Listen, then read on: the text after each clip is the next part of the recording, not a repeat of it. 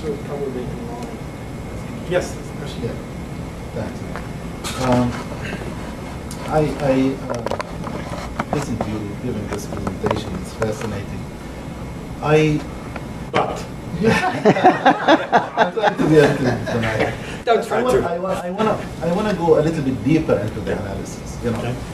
I mean, we really have to emphasize the interconnection among all these phenomena. You talked about the Egyptian uprising, but it is also a political tsunami that's sweeping throughout the Arab world. You know, you cannot really understand what's happening in Egypt without understanding what's happening in Tunisia, what's happening in Iraq, in Syria. These are all interconnected. The power of the media, of Al Jazeera, the power of the internet, Facebook, all these things empower the masses. You talk about the role of the young people in the Egyptian uprising. Yes, of course, they played a critical role.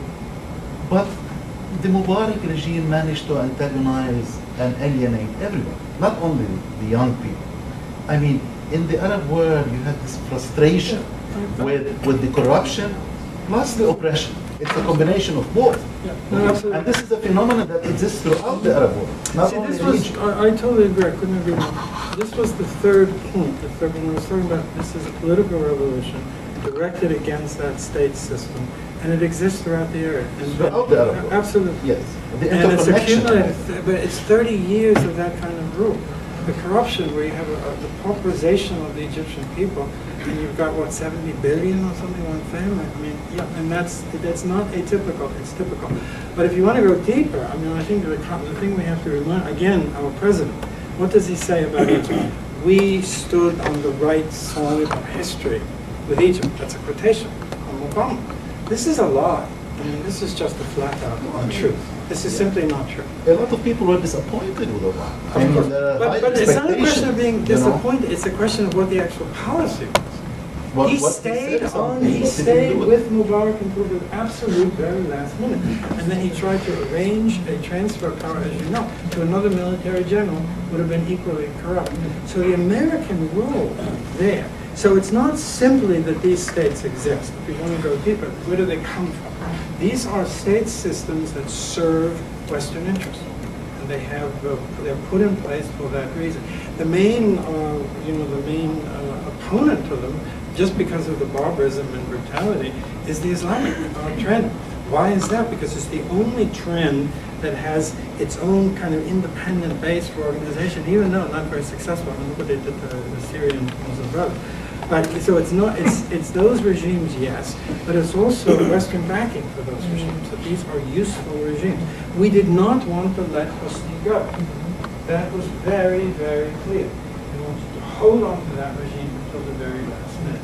When it was impossible to do that, then finally Obama switched. And then he gives a speech on the right side of history. Does any Egyptian believe that? Does anybody who saw that up close? No. And that's true not just of that regime. So I think it is a political system. Yeah, I'm looking at the revolution of January 25th as a baby was born on January 25th. What is your vision how we make sure that this baby will be nutritioned in such a way that will be becoming youth and all the events of the military and all the political powers, the parliament and all of these, the National Democratic Party still, and their money is still there, they can buy votes and all of these. No, it's very, I see your point, it's very frightening. I mean, I think we have to, a couple of realities come right into view. The United States has no interest in this happening. Is not interested in a democratic Egypt, nor is Israel. For reasons, but I think there are. So that will be systematically the fact that it has to be in one's mind. The U.S. has no interest in that taking place. Second danger, which I mentioned, the Egyptian military. Now, the military is regarded as a result of behavior during the uprising as essentially played a positive role. But we all know the Egyptian military is very corrupt. Corrupted by the American connection? Does it reassure you that this is is a military trained by the Americans? No, it shouldn't. Does it reassure you that this is, the military-industrial complex on steroids with the military? This is a total curve. So this is the second danger. The danger we focus on instead is the Muslim Brotherhood danger. But, it's also something to think about. An imbalance of forces has been created on the Egyptian political scene because the liberal Nasserist left, that incredible range of, just has been, it's anemic. The official parties are, of course, useless. Those trends which could have traction, you can still go to poor sections of Cairo, as you know, and you go in the back rooms, it's still a picture of Nasser. I mean, they have a memory of the Nasser socialist revolution. So, that early Nasser is still over there. But it hasn't been theirs. The liberal tradition is just dried up. The Wafd, what is it, So we need to be worried, absolutely. And that's why I thought the referendum, which I probably, some of you may have followed, was a referendum on what it would do in Egypt in terms of the constitutional arrangement. There were essentially two positions. Make modifications to the Constitution. One of the ideas was, in fact, term limits, which is an American idea. And the new Islamists adopted without question. The Americans do some things right. This is one of them. We want that. And so Dr. Bishri puts that in. The other idea was, no, we can't have this done quickly and then have elections, because if we do, there's no time for this, these party structures to put down some roots. There's just not enough time. So it's still very, very iffy, because you've got a hostile American power. You've got a military in the wings that could, this is what I worry about is when I see these increasing strikes everywhere. And then it's the perfect scenario. There's chaos in the country.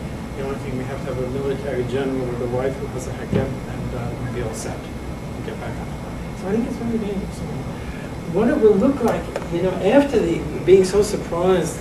The uprising, when these great events occur, we're always surprised. But then we sort of reflect, well, we saw it coming. I mean, I had been working on opposition politics, and I gave you a little summary. We had the official opposition parties that were useless. Then you had the new movements like Kafaya, they were hopeful for a while, but too elitist, too middle class, not connected. And then you had these spontaneous mass actions. And that's sort of as far as I got in my, and then I think your point is you put the young people with the laptops and the connections and together with this underlying social, you put those two together and you have the explosion of the no. Raymond, given the myths and given the policies and the actions of the United States that you spoke about, given the consistency of Obama from Bush, given also all of the internal dynamics in the United States and the groups in the United States that promote these things that you have criticized, how hopeful can we be, if at all, about any change coming in regard to the United States in the world and United States policy? No, it's obviously it's a good question. And I think my answer to it is it's an activist political. There's got to be. One of my moments that I really love when Wisconsin was talking about walking like an Egyptian. Remember that? It was just really extraordinary. The people there with the labor movement under attack, principle of organization, and were somehow inspired by those events. So to me, it's political action. There's got to be political action in this country in order to bring it. It's not going to come from the government structures. Although, it's amazing. Sometimes I get less depressed.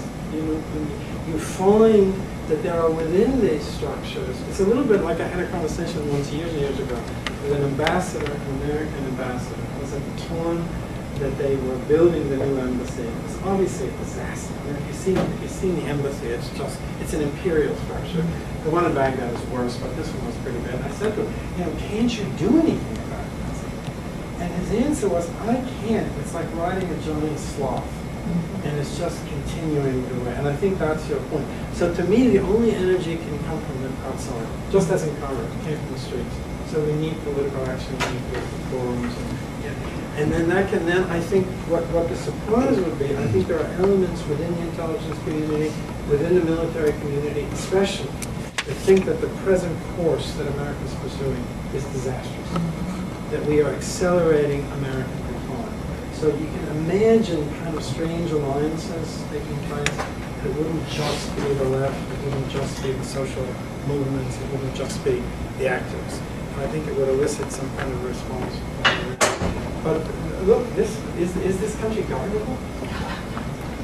I mean, you know, we're really, this is a government that's not government. And we have a Congress, and we have a Congress that represents all people's interests. We have political, I mean, you know, America's in a very, very serious problem. That's why I think we like the Islamist imaginary. You know, that we like the threat from abroad, because we don't have to deal with those issues. So the reformulation, it's not just reformulation of policy, we have real structural problems in the country. And, you know, yes.